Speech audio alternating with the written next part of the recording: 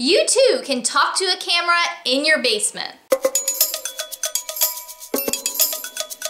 So today we're going to be talking about how to become a registered dietitian. And this is a question that I get a lot from just students, people who are interested in either changing their major, or high school students who are interested in the field and want to know more about how to actually become a dietitian, and just people who want to know, maybe they don't want to be a dietitian at all, but they're just kind of curious of what the process is like and what all it takes to become one. So I thought it would be a good thing for me to make a video about, to kind of lay it all out there so you can hear about the process and how it all works, as well as my experience and kind of some of the tips and stuff I have for success along the way. So the first thing you need to become a dietitian is to complete your DPD requirements. This is the didactic program in dietetics, also known as the DPD, and these are basic courses that are outlined that you have to complete in order to continue on to the next steps. And you have to take these classes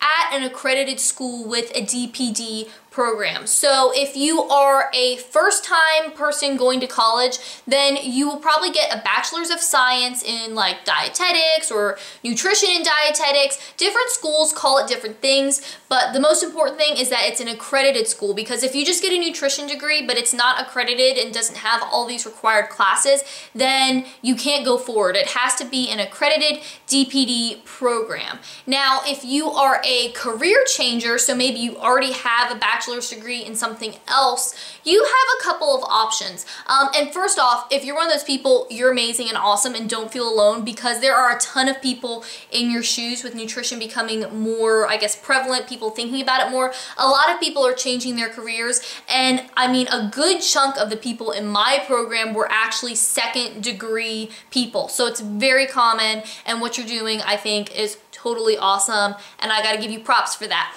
Okay, so if you're a career changer, you have two options. You can go ahead, there are some master's programs. So if you already have your bachelor's and you want to get a master's, there are some master's programs out there that include all the DPD coursework. So if you can find one of those near you, or find one that you like and whatever, then that can be a good option.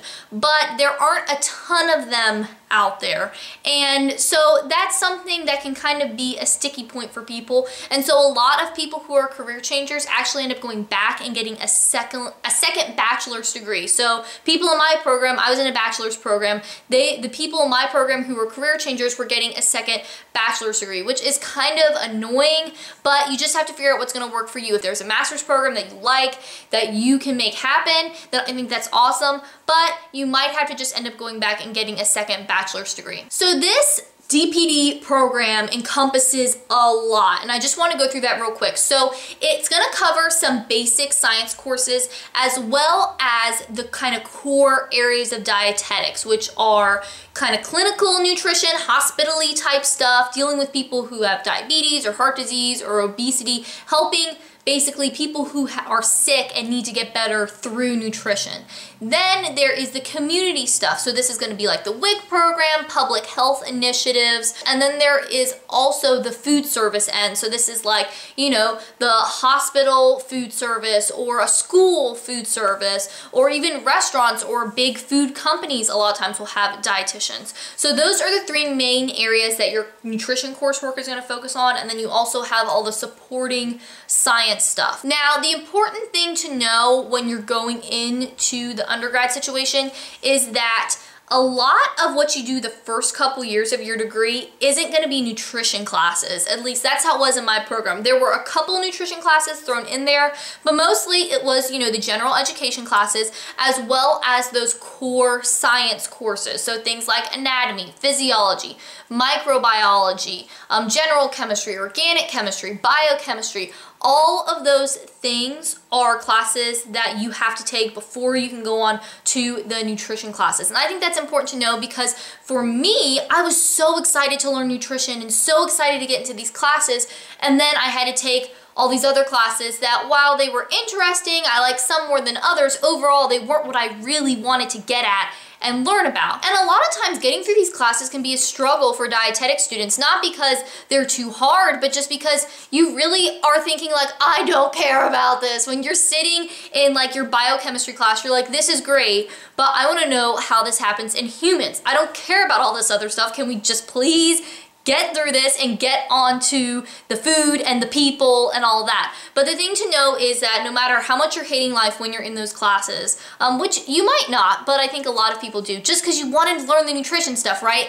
So when you're sitting in those classes, just trying to remember that this stuff does matter and you need this science foundation, these basic principles and concepts in order to move on and understand the human nutrition stuff. So when you get into the classes where you're talking about how stuff is metabolized in the body and how different nutrients work and we absorb them and use them throughout our cells, you know, you need to understand all of that basic chemistry stuff going in so that you can understand the nutrition stuff. So even though sometimes it's not the most fun, it is important, and just know that it's not going to be a waste of time. It's really critical for you to move on to the stuff that you really love and the stuff you really want to do. So then once you get through all of the basic science stuff that you kind of have to just do it and get through it, then you move on to the nutrition classes. And this is where, for me, I thought it was really fun. You know, you take all kinds of different classes. You take the clinical classes where you're talking about, again, the different diseases and how you treat those with nutrition. You know, you're going to talk about food preparation and food science. And I mean, there's just so many different things that it covers, and it can be really fun. One thing I will say is try to embrace all the areas. So some people come in knowing that they really like one area of nutrition, and so then all the other classes they don't really care about, and it becomes frustrating for them. They're like, same thing with this, kind of back to where you were maybe in biochemistry, thinking, I don't care about this, I only care about food service, or I only care about clinical stuff, I don't want to learn the other stuff. But the thing is one, it's important to know that stuff just because no matter what area you end up working in, all those pieces kind of work together. So if you're working in a hospital and working with patients on the floor, you still need to know how the whole food service stuff works, because that's how your patients are getting their food. And that's a very close relationship that you're gonna have. Maybe you really like the community stuff and you're thinking, I don't care about this clinical stuff, but the people you work with in the community are likely gonna have to deal with maybe some medical conditions that they have the clinical thing coming in with the community, but you know, they all work together, so it's important to know all of them. And also, you don't know what you don't like until you try it. So if you think you don't like something, still give it a chance, because you might find out that it's your favorite thing ever. So try to go in open-minded. Now, once you finish that bachelor's thing, then you have to go on to the next step. But before we get to that, I want to put in a little caveat here. It's like the asterisk. Starting in 2024, it's actually going to be required that you have a master's degree, not a bachelor's degree. So that's just something important to know if you're watching this video later, or if you are a little younger, that starting in 2024, you have to have a master's degree. So this is going to change a little bit, and the bachelor's isn't going to be enough. So just remember that. But once you finish the bachelor's, the next step is doing an internship. Now, this is a complicated thing for a lot of people to understand, because when I told people I had to do an internship, the first thing they said to me was, oh, well, is it paid or unpaid? And the answer to that question is neither. You actually pay them. So basically, it's another year of school, but it's called an internship. And what this is it's the practical application part. So it's getting out of the classroom and actually going into the hospital, going into the schools, seeing how this stuff works, working with other dietitians, following them around, and learning how do I actually take all that stuff I learned from the books and put it into real life.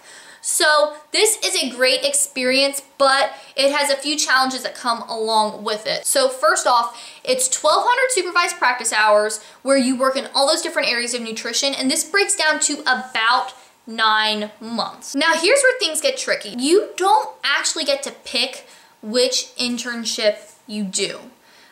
they tell you where you're going, and it's a match process. So you apply to the schools or hospitals or whatever internship programs that you want to go to. And then when you do that, you rank in this computer system. You rank the programs you applied to from like your #1 choice all the way down to your last choice. And then when you send that information off, and then when the people get at the internships, when they get all their applications, they look at all their applications, and then they rank the applicants from their #1 choice applicant, and then they go down through the list.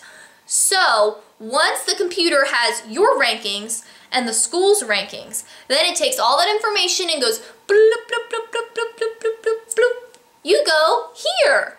And that's where you have to go. Or sometimes it says, you're not going anywhere. Try again next year. So that whole, it's nerve-wracking and like so stressful as a student because it's just this great unknown. You don't know what's gonna happen. And honestly, like no one knows what happens in that like bloop before the decision's made. Like it's a little unclear as far as how that all comes about. So it's crazy. And the other thing is that the match rate right now, so the number of people who apply who actually get matched to an internship is around 50%. So half the people who apply aren't going to get one. And it's good in a way as far as competition goes. It makes it competitive and makes sure the best people are getting into these programs.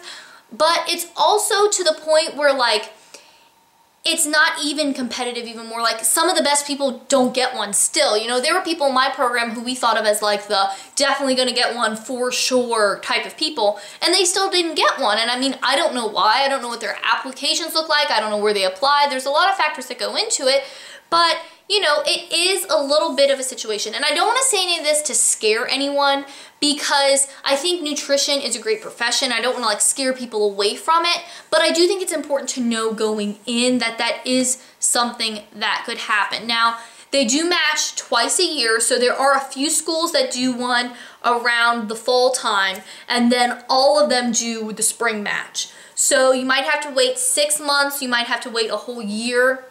And during that time, people go to grad school, they do work to try to get more experience. But it's, you know, it's kind of one of those things that it can really shake up your life. And then once you get matched to this place, you have to go 9 months somewhere else. Like you might just have to get up and move for just 9 months. And that's another thing that's hard because if you're a career changer, say you have a spouse, you have children, or whatever, you have another job that you're doing while you go to school, you can't just pick up your life for 9 months. So there are programs that are distance-based, which means that like the school hosts the program, but you do it where you live. So that's kind of a cool option because if you can't move, then you can stay put where you are and make it work. But it does require a little bit more work on your part because when you do that, it's your responsibility to set up the hospital that you're going to do your rotations at and where you're going to do your community rotations. You have to set all that stuff up for yourself because the school isn't there to do it for you because the school is somewhere else. So that is an option, and I've known a lot of people who have done that and they seem to have great experience. They became dietitians and it was no big deal. So know that that is an option out there for you if you want to go that route. And as far as why the match rate is so low, a big issue is that since there is so much interest in nutrition now, there's been an influx of people trying to become dietitians, but the number of spots in internships hasn't like blown up at that rate. You know, it's not increasing that fast because it requires a lot to run an internship and to have these spots. So that's the problem. There's a lot of supply of students, but there aren't spots for them to go. So that's the reason, and there's a lot of talk of different ways to fix that problem, but right now, that's a situation that we're working with. And every internship is going to be a little different. You know, they each have their own focus area. Some are based in hospitals, some are based in universities, some are in a situation where all the students are at the same hospital, some students are at different hospitals. So you're gonna get like a totally different experience depending on what internship you go to. And that's just about looking at the different ones, deciding what you like, what you don't like, what you're interested in, and then going from there. And the price on these things can really range. I've seen the cheapest being $3,000 and the most expensive getting into like the $40,000, $50,000 area for out-of-state students. So that is a crazy broad range. And I mean, it all depends on the program too, because some of them have master's courses with them that you're paying for. Some of them have a full master's degree that you're paying for. So depending on the program and how they run things, all that stuff impacts the price. Now another option, okay, that gets rid of all this match stuff and makes life a little bit easier for you is a coordinated program. So there are some programs where the bachelor's degree and the internship are all together in a little box. So once you get in, you are in, and you don't have to apply to the internship, you just feed right into that school's own internship. So there are programs out there like that. I think it's a little more limited, but if you can get in a program like that, it's going to save you a lot of the stress of applying to the internships. So know that that's an option that's out there too. And everything I just said, I know sounds super crazy because there's all of this, or you can do this, or you can do that, or you can do this, but that's why I'm making a video about it, because it is a complicated process, and I think it helps to have someone here to kind of talk through it for you instead of just reading it out and trying to figure out what the heck is going on. Now, once you finish the internship, you're not done yet. You still have to take and pass the exam. So just like doctors and teachers and lawyers and a host of other professions all have exams, so do dietitians. And the exam is supposed to kind of cover like just everything. And it's super intimidating because you've gone through your whole bachelor's degree program and the internship, and it's just like, how does this all get put into a test? I will say that the test, it's hard to go into that testing environment, right? Because you've been in a kind of practical environment this whole time, working in hospitals, working in schools, doing your thing, and now it's almost like going backwards to like being in school, more traditional school, and taking this test. And it can be hard because you've learned all this practical knowledge in the internship, and now you kind of have to go back to just the textbook definition, because obviously real life is not black and white. It's not just one answer out of 4. There's complexities, but then you have to go back to this test, which is just saying, what's the right answer? And that can be challenging. Now, some people use review courses, some people don't. I personally did. I used the Inman's review, and I found that really helpful. I didn't study any other materials. I just went through her review. Basically, it has like pages, a book that has all the information, but then it also has CDs that go with it. So that's really cool because you can listen and while you're reading, and then sometimes she'll say like, kind of give a little call out to let you know like, hey, this is important, you might want to take a note of this. So that's helpful. And then also she has where you can take like a practice test and kind of see, take the test through, see how you did in your answers. So that is helpful as well. And like I said, that's all I did. And when I was studying it, I felt like I learned so much. Is this really it? You know what I mean? Like, I don't know, I felt almost like it was incomplete, like this cannot be everything that I have to know, but at the same time it also seemed like so much to know, but I passed the test, and everyone in my internship passed the test, and we all used that review. I'm pretty sure everyone used that, at least the majority of us used the Inman's review. So I haven't used any of the other courses out there. Like I said, there are tons of different options and ways to study for the test, but I did use the Inman's review, and I passed the test, so for what it's worth, that's my experience with that. So that's how you become a dietitian. I know it's a lot of information, and I'm sure that you have some questions if you're trying to figure this whole thing out. So if you do, leave those in the comments. I'd be happy to help clarify anything for you. And if you are new to my channel and you want real food tips and tricks, because that's what I usually talk about is like the actual nutrition stuff and not how to become a dietitian, then make sure that you subscribe to my channel. Eating a real foods diet is so important for your health and also for having a great quality of life, but it's not always easy, especially if you're a beginner. But I know that if you have the information and the tools and the resources and all that good stuff that you need, that you can totally make it happen. And that's why I make these videos, because I want to make living a real foods lifestyle as easy for you as possible. Thank you for allowing me to be a part of your real foods journey. I hope you're having a great day, and I'll talk to you next time.